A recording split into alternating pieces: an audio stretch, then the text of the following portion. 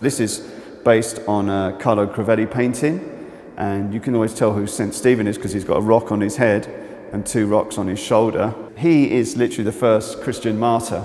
He gets stoned to death by the Jews, and because he blames them for killing Christ. So they literally stone him to death. So this is actually made especially for a Mexican audience, because I thought it was a bit like a piñata as well.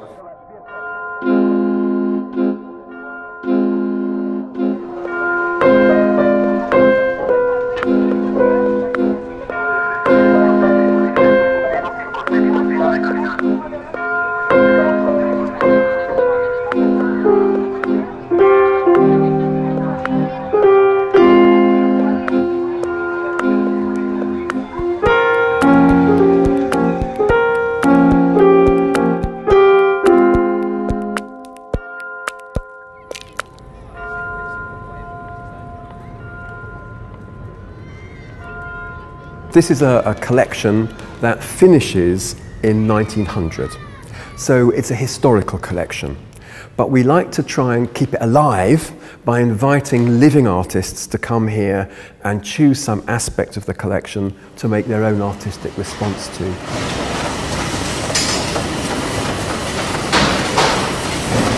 We invited Michael for reasons that might seem a bit perverse, because the National Gallery is supposed to be looking after paintings, preserving artworks. Michael had built his career so far on the idea of destruction. So the idea of us working with an artist who is about destruction when we're about conservation and preservation, we thought that was really quite interesting.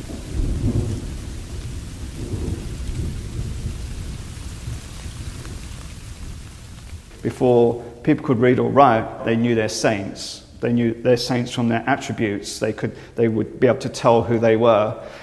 So I was kind of interested in reanimating them really for a much more circular, kind of liberal, kind of public, and I wanted people to make them come alive. And of course, when people make them come alive, they're also destroying them, because every time you make them come alive, they hit themselves.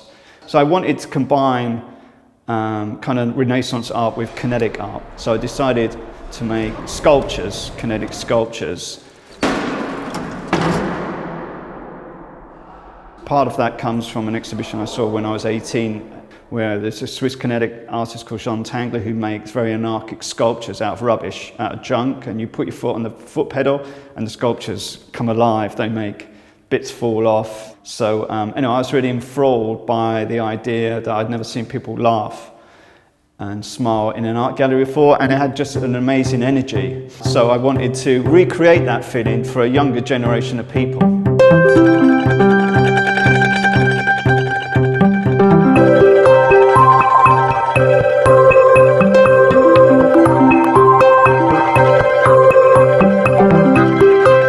Vi la exposición en el verano del año pasado, y en cuanto vi la exposición y en cuanto vi su naturaleza, el tema que contenía, el diálogo que ofrecía a los espectadores, pensé que el lugar ideal para realizarla sería el Museo de San Ildefonso, porque es un espacio que sintetiza muchas tradiciones culturales de nuestro país. San Ildefonso es un edificio emblemático de la Ciudad de México, construido por los jesuitas. Posteriormente pasó a ser la Escuela Nacional Preparatoria, en la cual estudiaron gentes como Octavio Paz, y desde hace 20 y tantos años se convirtió en un espacio de exposiciones temporales. This is St. Jerome, and he beats his chest with a rock because he's taken his mind off the dancing girls of Rome. So.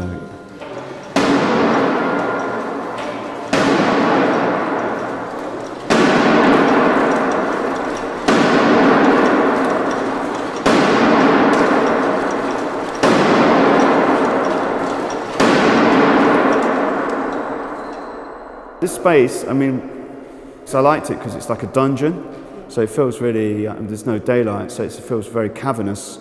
I mean, this is a lot more space than I had at the National Gallery. I mean, everything was crammed, all the sculptures crammed all in together. So I like this as like a torture chamber, and obviously Jerome has his rock, and St. Stephen has his rocks, so I'm just hoping the public don't get confused and start throwing the rocks at St. Jerome.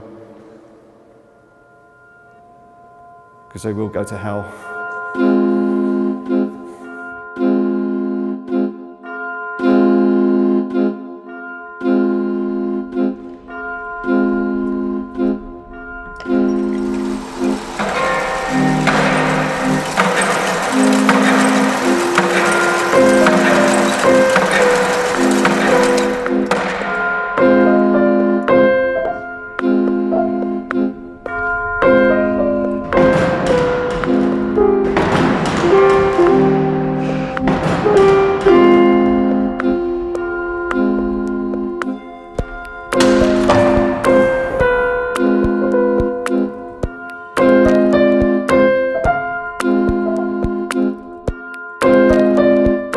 The National Gallery have a photographic department, and so that's where I've got all the body parts for the saints. So it's all the attributes, and obviously some of the drawings and collages look more like the sculptures, and some of them are just literally collages and drawings. And they just exist as that, really.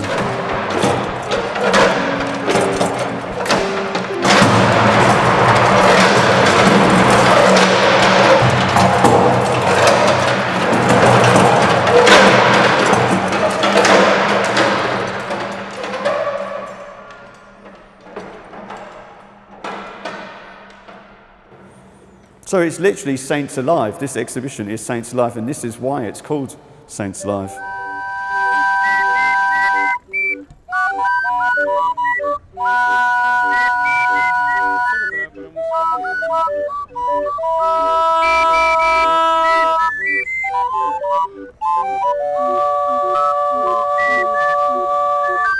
Estamos acostumbrados a ver los santos dentro de los templos, dentro de la iglesia. Los santos aquí todavía tienen vigencia, son adorados, pero es una relación devocional, es una relación de reverencia muy solemne dentro del templo.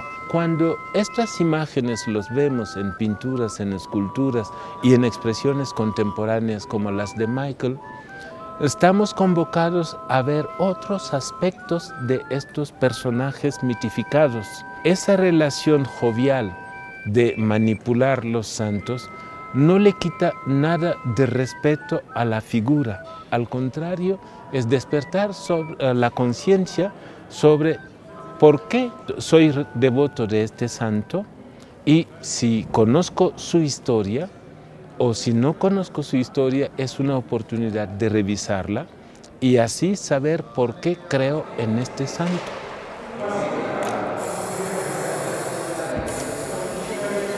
St. Francis always wears rags, and when he sees somebody who's poorer than him, he always wants their rags. So he has a mystic marriage to Lady Poverty. And literally this is cannibalized from one of those kind of cranes that you get at the seaside that pick up Smurfs and cuddly toys that you put 20p in and you never win them. And we've rigged it in the same way. I always tell people they have to do a good deed beforehand, but that's not true. San Francisco se tuvo que desapegar de todos sus bienes para entrar en la orden. Y cuando Michael Landy hizo Breakdown, realmente fue impresionante el hecho de deshacerse desde el certificado de nacimiento hasta el coche tirados dentro de esa trituradora. A lot of people thought when I destroyed all my body belongings I was naked, but I wasn't. I was wearing a blue boiler suit. Yeah. But St. Francis wasn't wearing a blue boiler suit.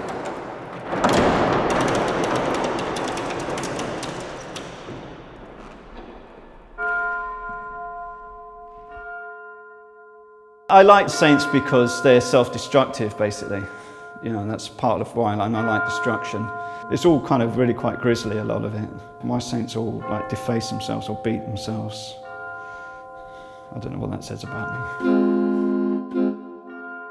Mexicans are very creative with their saints, and I think I too have been creative with my saints in a sense. So, you know, like they say, I mean, it was literally called like Saints Alive at the National Gallery, like literally saints coming alive, as obviously here saints are still very much alive.